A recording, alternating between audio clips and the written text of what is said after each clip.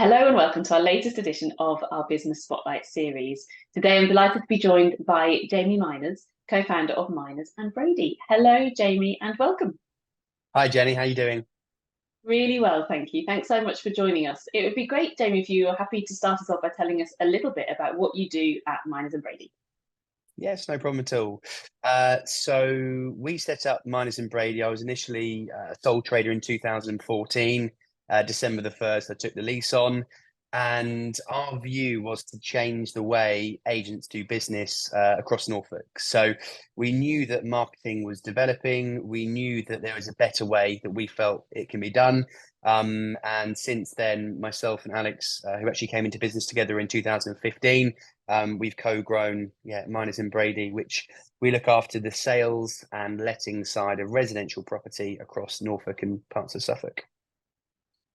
Fantastic. And how did you get into the industry in the first place then?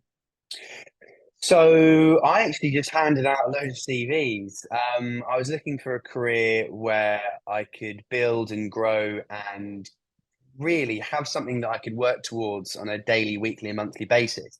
And there wasn't that many industries I was overly excited by, but property is something that I know will stand the test of time. We always have a need to live in a property, and it's also, an interesting thing for modern homes, period homes, and a great conversation starter. So I made some CVs. I went out and I dropped those CVs into every agent I could find and had some calls back, got some interviews, and fortunately landed a week's trial. Amazing. And the rest is history. So you Indeed. mentioned obviously Norfolk based, but spreading geographically as well. Tell us a little bit about the type of clients that you typically work with. Yeah, so in a lot of businesses, they look for identifying your niche client. Now, with property, it's very difficult unless you specify the high-end homes or perhaps new builds or a certain style. So we cover the whole market. We could be selling a £25,000 chalet in Stalham, or we could be selling a £2.5 million manor somewhere in Norfolk. So we generally fit between 300,000 and 600,000 as our core client. But honestly, we look after anybody. And our view is that people are people, whether you're the trainee, whether you're the senior management team, whether you're the CEO, or whether you're someone who owns a £80,000 flat or a £2 million home. Ultimately, we are all human. So emotion comes into play, logic comes into play. And we genuinely feel that every single person, regardless of value or stature, deserves the best marketing and being looked after throughout the process. Fantastic. And what do you find businesses like in Norfolk? What's the Norfolk community like to work with? Very close knit. Yeah, some fantastic people. I've been very fortunate enough to sit at fascinating events and dinners and everything else. And people use the word networking, but I think really, if you go to network just to get business, you won't get what you want. It's almost like when you try and look for love really hard, you don't find love. So for me, what I've got out of networking sort of as part of the Norfolk business community is learning. And I've learned so much on Miners and Brady's journey. We're now in our ninth year of Miners and Brady, and the things I've learned at those events is just fantastic. Amazing. And so thinking about your role in running the business, what is it that you enjoy the most? For me, it's building teams, leadership, and ensuring that our people are really well looked after. So the way I see it is that the old school style of estate agents, the owners generally see themselves as bosses, and it's about dictating and telling people what to do. From my view, I'm now 31. It's about leading the way, showing people what can be done, and training them in a way where they feel engaged and they agree with the plan. I think if you tell someone to do something, they'll do it, but reluctantly. And if you get people on board that journey, it's actually fun, it's collaborative. So for me as a business owner, that's the thing I love the most. It used to be about selling a house and doing a deal and getting something over the line, but now it's about building that team, growing that team. And we're fortunate to have 65 people full time at Miners and Brady. And it's just an amazing place. I feel very lucky to have the people we do. It's wonderful. And you've obviously grown a huge amount over those 9 years. I mean, I imagine over that period of time, there's also been a lot of economic changes, been through COVID as well. What sort of changes have you had to make in the business to adapt to the changing world around us? Yeah, I think to paraphrase the famous quote, it's not the strongest that survive the quickest nor the most intelligent. It's those most receptive to change.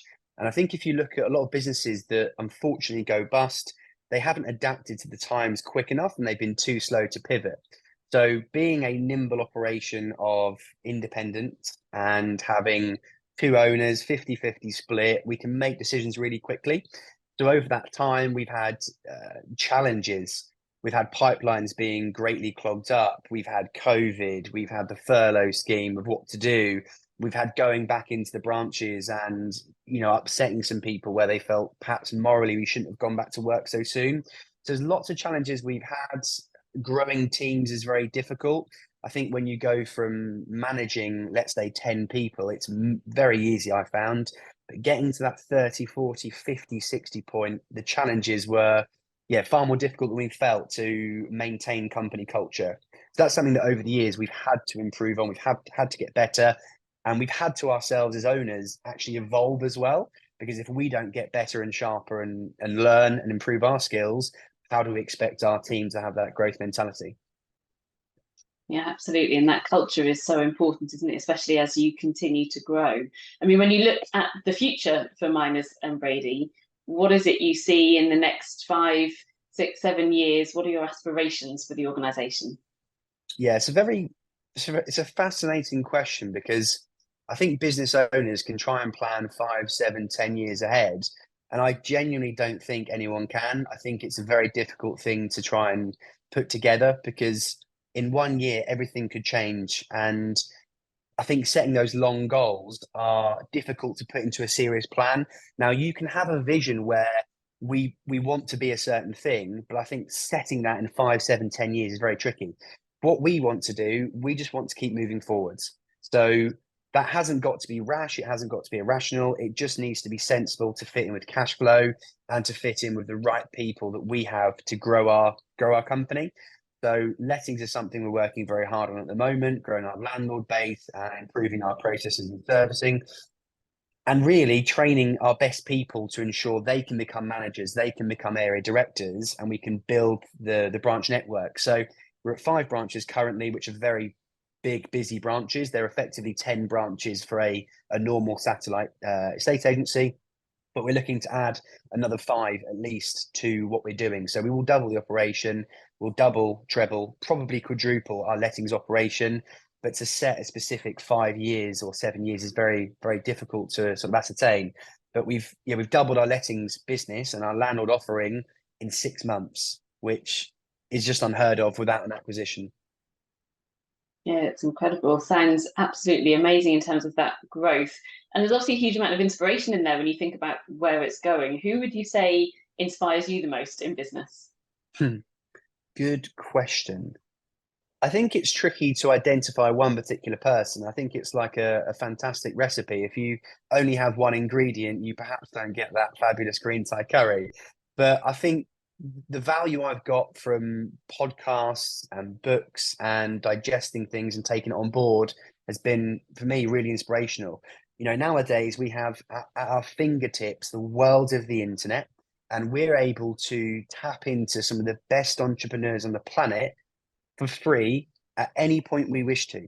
So I really think right now there's absolutely no excuse for anybody to feel lack of inspiration or perhaps no direction.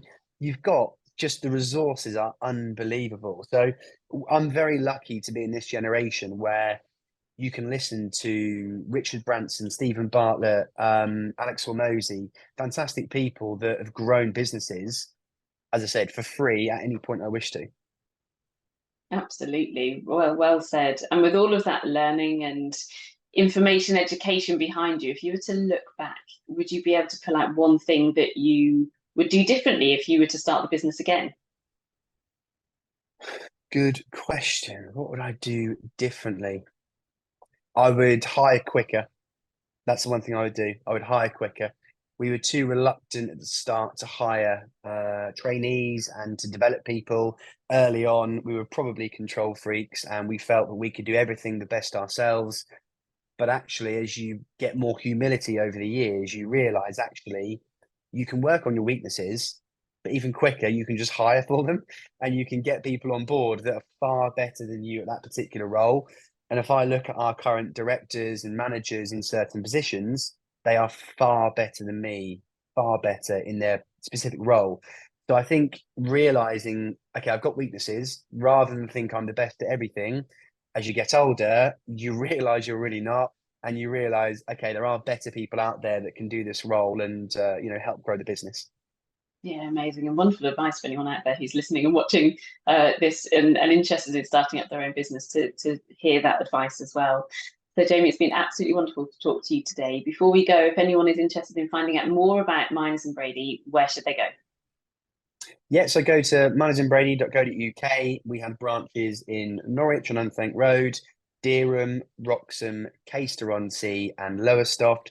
We cover the whole of Norfolk, so find us on Instagram, Facebook, website, and book a free valuation and start your journey today. Fantastic. Thank you so much and wishing you all the very best for the future. Awesome. Thank you, Jenny.